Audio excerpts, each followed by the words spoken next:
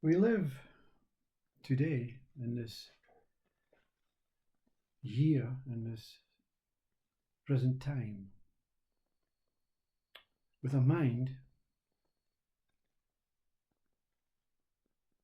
that sees nothing but purpose. See, nothing but logic, purpose and logic.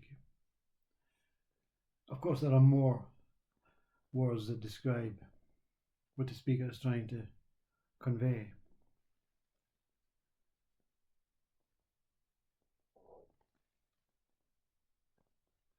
But I remember one foolish moment when I was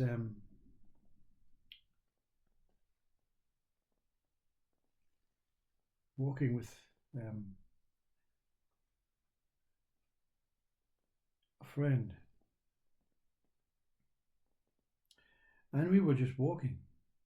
There was no conversation. And I foolishly said, walking is walking. And this friend said, what did you say? I said, sorry, I should have kept that to myself. No, share. It's interesting. What did you say? I said, walking is walking.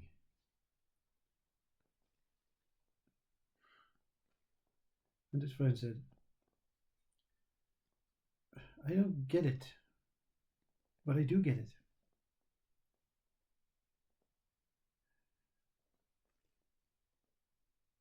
What else do you want to add on to this conversation? I said, nothing. I'm just reiterating a fact that walking is walking. The friend says, what do you mean? You're just confirming that walking is taking place. I said, yes, but I'm also stating what walking is. And the friend says, you're stating that walking is walking. I said, yes. He said, but we already know that. I said, well, that's okay. If you know that, there's no problem.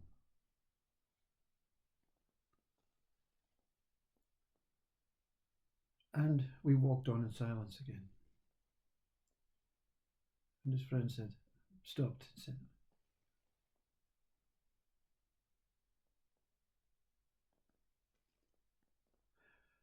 what was the purpose in raising that point? I said, you mean the purpose of walking? No. The purpose of actually projecting that point. I said, I don't know, it just came, you see. Maybe I'm confirming to myself, I said, that what I know. And a friend said, but that's basic principles. I said, no, it's not. It is basic principles, but most people don't understand. They think walking has a purpose. They only think this, the first meaning you gave, that walking is confirming it is walking, meaning the body is confirming it is moving. I said, but the other meaning, walking just stating what it is, with no connection to the body, no connection to why walking, what purpose of walking, the logic of walking, where we're going with walking, what can be done with walking.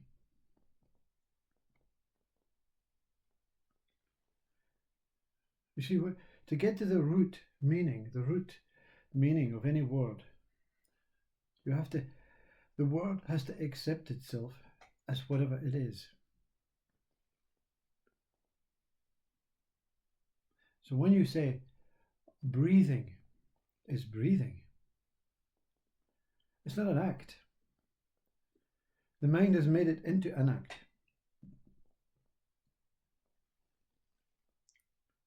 The breathing makes no effort to have a purpose. It just exists.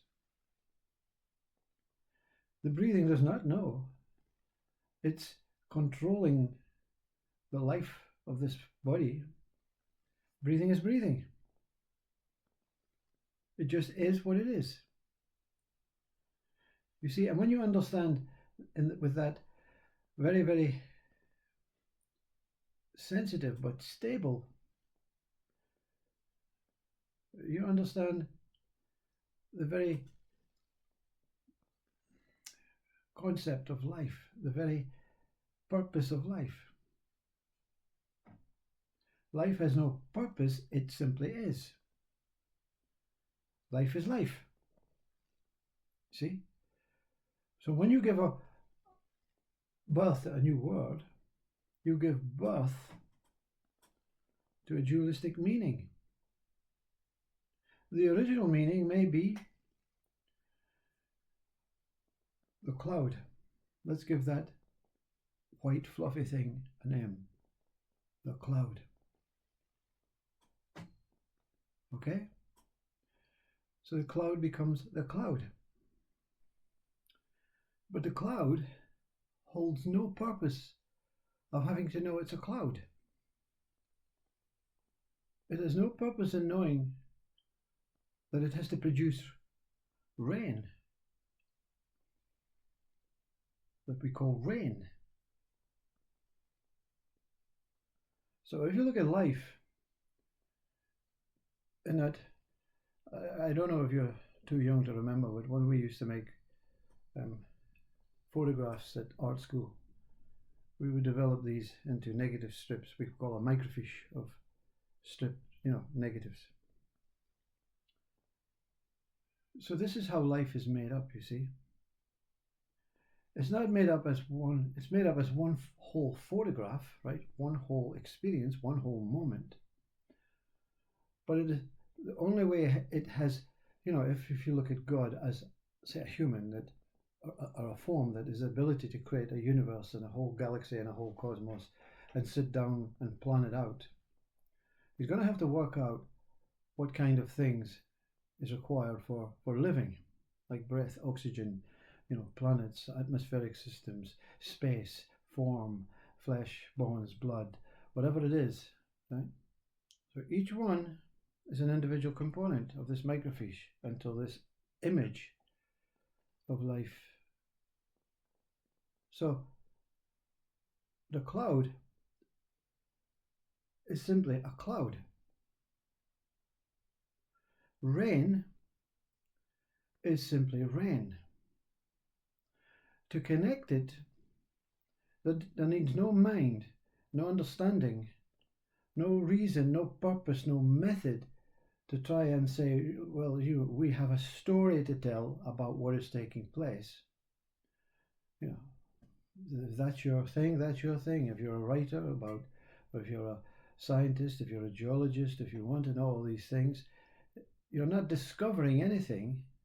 You're just trying to piece them together like a puzzle. You see?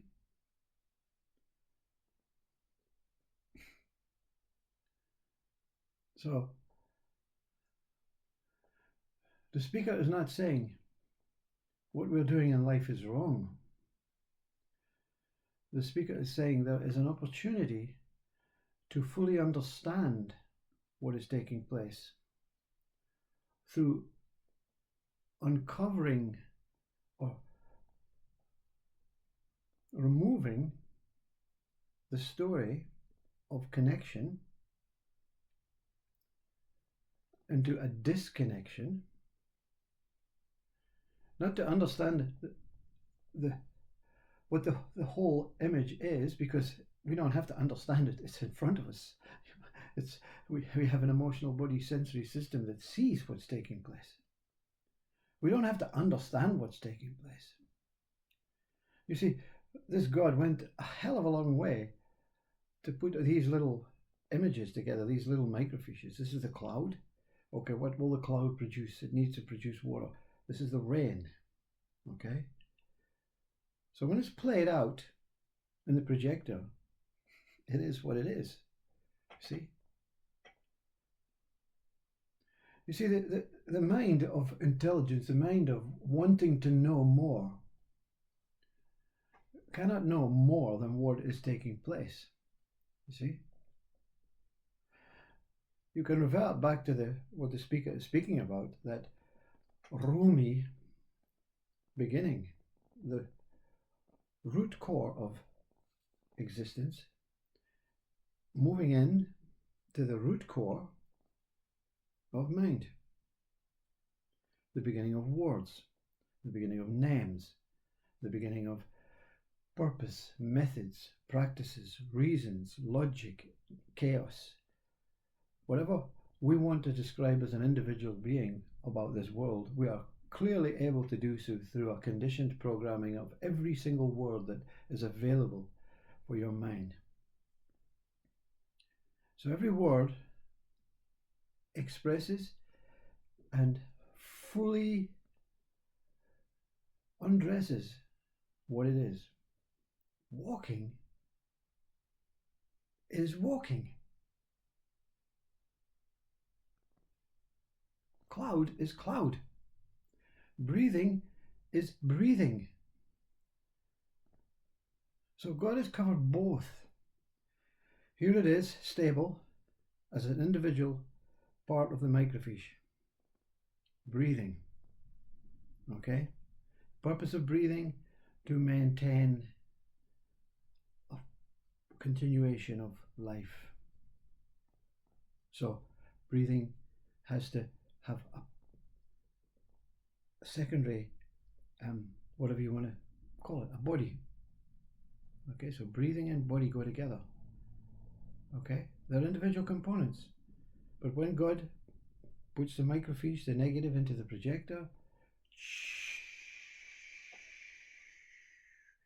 breathing is breathing for the body is here for living, the living is here for experiencing, the experiencing is here for knowing, the knowing is here for understanding, the understanding is here for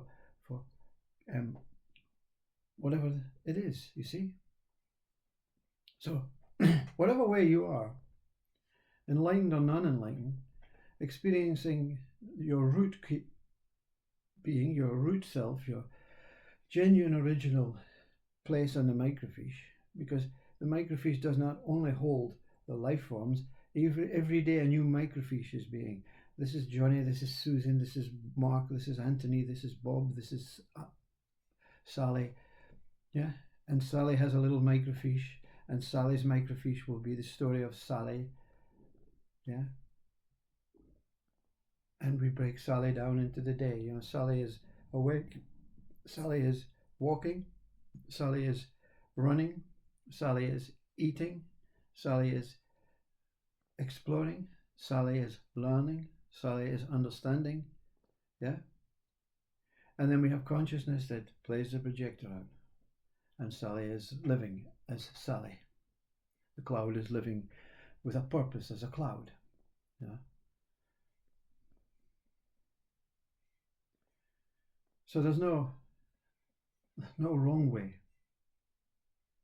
and there's no right way. There is only the way. You see, the way of whatever created this, whether you're part of it or not part of it, whether you feel you're just a dying flesh and bones body with little time in your hands, so I'm going to just, forget about what the speaker's saying and just rape this world of whatever I can get from this world, and whatever I can do in this world, and whatever I can experience in this world. Your consciousness is trying to follow many microfiches that are not really essential for you. Dealing with your own microfiche is plenty. The story of Graham is really plenty to deal with, you see. But when you actually, stop associating with the story, with having purpose on the next microfiche. Walking is walking. You don't have to understand a purpose of walking. It's happening. Consciousness has created movement, an essence, a projection of a sequential, incredibly wise and intelligent and mystical way of what it wants us to experience. We are consciousness, experiencing ourselves as consciousness. Consciousness is consciousness, you see. You're telling the whole story about yourself in 3 words. Consciousness is consciousness. You don't have to have a mind or a psychology to understand why and how and for what purpose was this created. You just have to experience it in your own way.